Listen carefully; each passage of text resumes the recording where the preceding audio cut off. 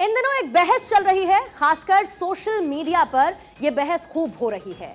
इन्फोसिस के को-फाउंडर नारायण मूर्ति ने एक बयान दिया, जिसके बाद बिजनेस घराने और आम लोग दो धड़ों में बटे हुए नजर आए। एक तरफ तो हफ्ते के 7 दिन 10 घंटे काम करने की वकालत करने वाले लोग हैं, जबकि दूसरी तरफ हैं वर्क लाइफ बैलेंस की बात करने वाले। और इस साइड पर डॉक्टर्स भी खड़े हैं जो ये कहते हैं कि इंसान मशीन नहीं, आराम नहीं मिलेगा तो इंसान टूट जाएगा। इस बहस में किसने क्या तर्क दिया और कौन सा वर्क कल्चर इंडिया के लिए बेहतर है, ये रिपोर्ट आप देखिए। स्टेशन प्लीज, कृपया ध्यान दीजिए।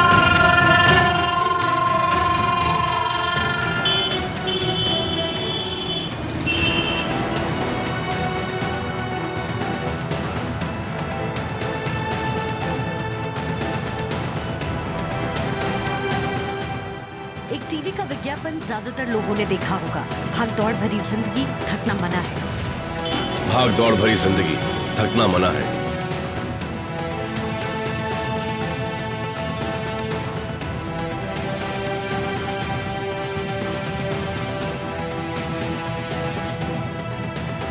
ये बात सही है कि जिंदगी में थकना मना है। जिंदगी में थकान की कोई जगह नहीं होती। आप थकेंगे या थमेंगे तो दुनिया आपको पीछे छोड़कर आगे निकल जाएगी। इसका उदाहरण भारत के प्रधानमंत्री नरेंद्र मोदी हैं, जो हर रोज बिना छुट्टी लिए 16 से 18 घंटे काम करते हैं। बड़े बुजुर्ग आज भी सलाह देते हैं कि काम करने से कोई थकान नहीं होता, लेकिन बहस का हिस्सा है कि कितना काम करने से थकान नहीं होता, काम कितना हो और आराम कितना हो। इस बहस में सबसे बड़ा बयान आया है ब्रिटिश पीएम ऋषि सुनक के ससुर और इन्फोसिस के को-फाउंडर नारायण मूर्ति का। एक इंटरव्यू में नारायण मूर्ति ने कहा, भारत की कार्य उत्पादकता दुनिया में सबसे कम है। इसे बढ़ाने के लिए देश के हर युवा को कम से कम 12 घंटे रोजाना काम करना चाहिए। भारत को यदि विकसित देश बनाना है और तेजी से तरक्की करनी है तो युवाओं को हफ्ते में कम से कम 70 घंटे काम करना चाहिए। इससे भारत जीडीपी के मामले में अगले 30 साल में नंबर 1 या नंबर 2 पर खड़ा होगा। नारायण मूर्ति ने जो कहा उससे देश में बहस शुरू हुई है, लेकिन उस बहस से पहले नारायण मूर्ति की पत्नी सुधा मूर्ति ने जो कहा वो भी जानना जरूरी है। एक समारोह के दौरान जब सुधा मूर्ति से नारायण मूर्ति के बारे में सवाल हुआ तो उन्होंने कहा वो सप्ताह में 80 से 90 घंटे काम करते हैं, इससे कम कभी किया ही नहीं, इसलिए वो इससे कम काम के बारे में जानते ही नहीं है। वो हार्डवर्क में भरोसा करते हैं और उसी तरीके से जीवन जिया। उन्होंने वही कहा जो उन्हें महसूस हुआ। नारायण मूर्ति के बयान का उनकी पत्नी ने जोरदार तरीके से समर्थन किया। कुछ बिजनेसमैन भी हैं जो उनके समर्थन में हैं, लेकिन कई बिजनेसमैन नारायण मूर्ति के बयान से इत्तेफाक नहीं रखते हैं। समर्थन करने वाले नाम हैं JSW स्टील वाले सज्जन जिंदल, ओला कैब्स के CEO भावेश अग्रवाल, जबकि विरोध करने वालों में है भारत पे के को-फाउंडर अशनीर ग्रोवर और कई किताबों के लेखक चेतन भगत।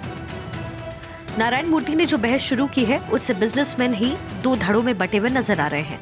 सभी के अपने अपने तर्क हैं और अपने अपने तरीके से अपनी बातों को रख रहे हैं। सज्जन जिंदल का कहना है कि भारत की सबसे बड़ी ताकत ही युवा है और महाशक्ति बनने की हमारी यात्रा में युवाओं को काम को प्राथमिकता देनी होगी।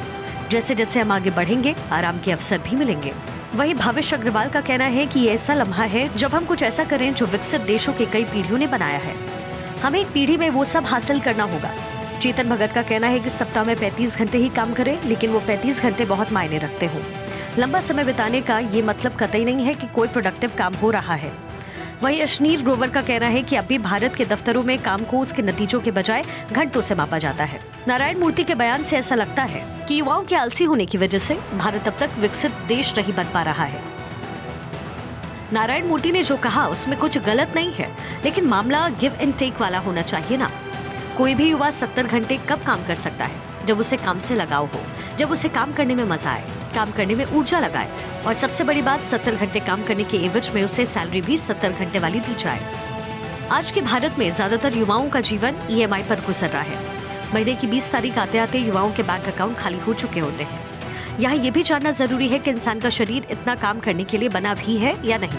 Bengaluru based heart specialist doctor Deepak Krishnamurthy कहते हैं, एक दिन में 24 घंटे, यदि आप सप्ताह में 6 दिन 12 घंटे काम करेंगे तो रोज 12 घंटे ही बचेंगे। 8 घंटे नींद के लिए, बाकी बचे 4 घंटे, जिसमें से बेंगलुरु में 2 घंटे सड़क पर बीतेंगे। बाकी बचे 2 घंटे में ब्रश करना, नहाना, खाना। सोशल लाइफ के लिए वक्त नहीं, परिवार से बात करने का समय नहीं। एक्सरसाइज करने का वक्त नहीं। और वो कंपनियां भी तो हैं जो ऑफिस आवर्स के बाद ईमेल देखने, कॉल उठाने के लिए फोर्स करती है।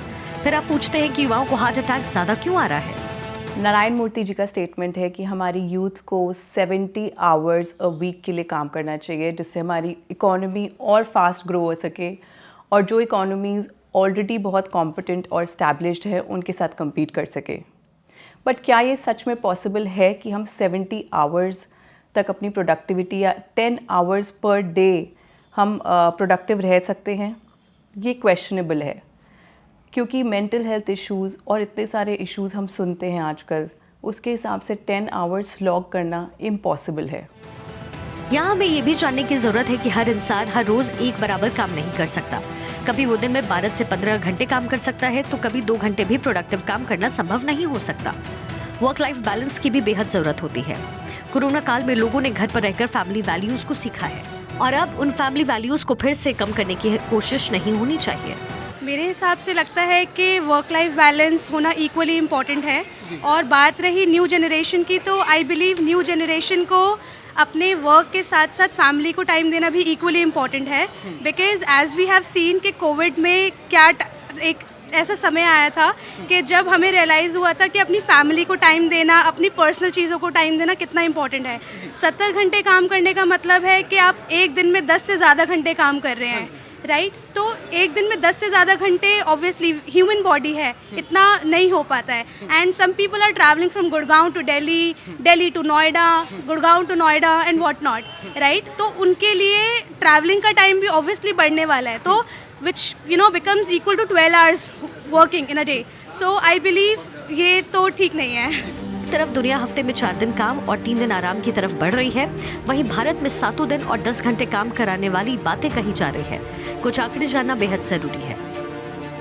ब्रिटेन की कई कंपनियों में 4 दिन काम और 3 दिन छुट्टी का 6 महीने ट्रायल किया गया और इस ट्रायल में पाया गया कि 4 दिन काम करने से लोगों की उत्पादकता, मनोबल और टीम कल्चर में सुधार हुआ, थकान कम हुई और जीवन में संतुष्टि बढ़ी। 2021 में ही जापान की सरकार ने सिफारिश की कि कंपनियों को 4 डे वर्क वीक से शुरुआत करनी चाहिए और फिर इसे 3 डे वर्क वीक का ऑप्शन बना देना चाहिए। बेल्जियम में 2022 से ही 4 डे वीक वर्क का कल्चर शुरू हो चुका है और इससे कंपनियों की प्रोडक्टिविटी में इजाफा हुआ।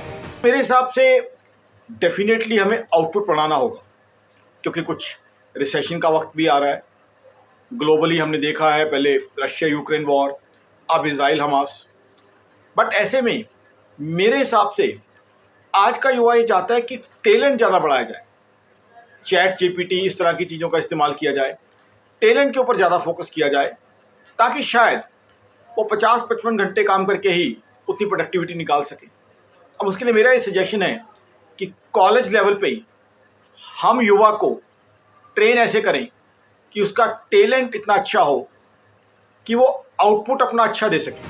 ऑफिस में काम करने को घंटों के बजाय प्रोडक्टिविटी से आकर जाएगा तो शायद ज्यादा बेहतर नतीजे मिलेंगे। और आम लोग भी मानते हैं कि एक मशीन भी रोजाना 12 घंटे काम नहीं कर सकती। ज्यादा बोझ पड़ेगा तो इंसान का शरीर टूटने लगेगा। सर ये तो ठीक है ही नहीं है। आदमी मशीन तो है नहीं है कि कंटिन्यू चलता रहेगा। अगर मशीन भी हो तो कंटिन्यू 70 घंटे नहीं, मुश्किल है काम करना। आदमी बीच में भी कंटिन्यू करेगा तो उसकी तबीयत ख़राब हो सकती है, बीमार हो जाता है आदमी। तो उसके लिए भी टाइम चाहिए। तो 70 घंटे तो सूटेबल नहीं है टाइम, इसमें तो कम टाइम होना चाहिए। भाई इंसान है, हम इंसान ही हैं, हमारे पास भी तो तबीयत ख़राब हो सकती है, फैमिली की प्रॉब्लम हो सकती है। 2-4 घंटे नहीं काम करेगा तो हो जाता है, इसलिए नहीं। दुनिया के सामने टेक कंपनी गूगल सबसे बड़ा उदाहरण है। गूगल की मिसाल दी जाती है, वहाँ काम करने के लिए सुकून भरा माहौल दिया जाता है। लोगों पर काम का बोझ ना पड़े, इसके लिए उनके कपड़े तक धोने की सहूलियत कंपनी देती है। शांत माहौल में काम करें और ज्यादा प्रोडक्टिव बने, इसलिए गूगल के ऑफिस में ऑफिस टेबल और चेयर का कॉन्सेप्ट ही नहीं है।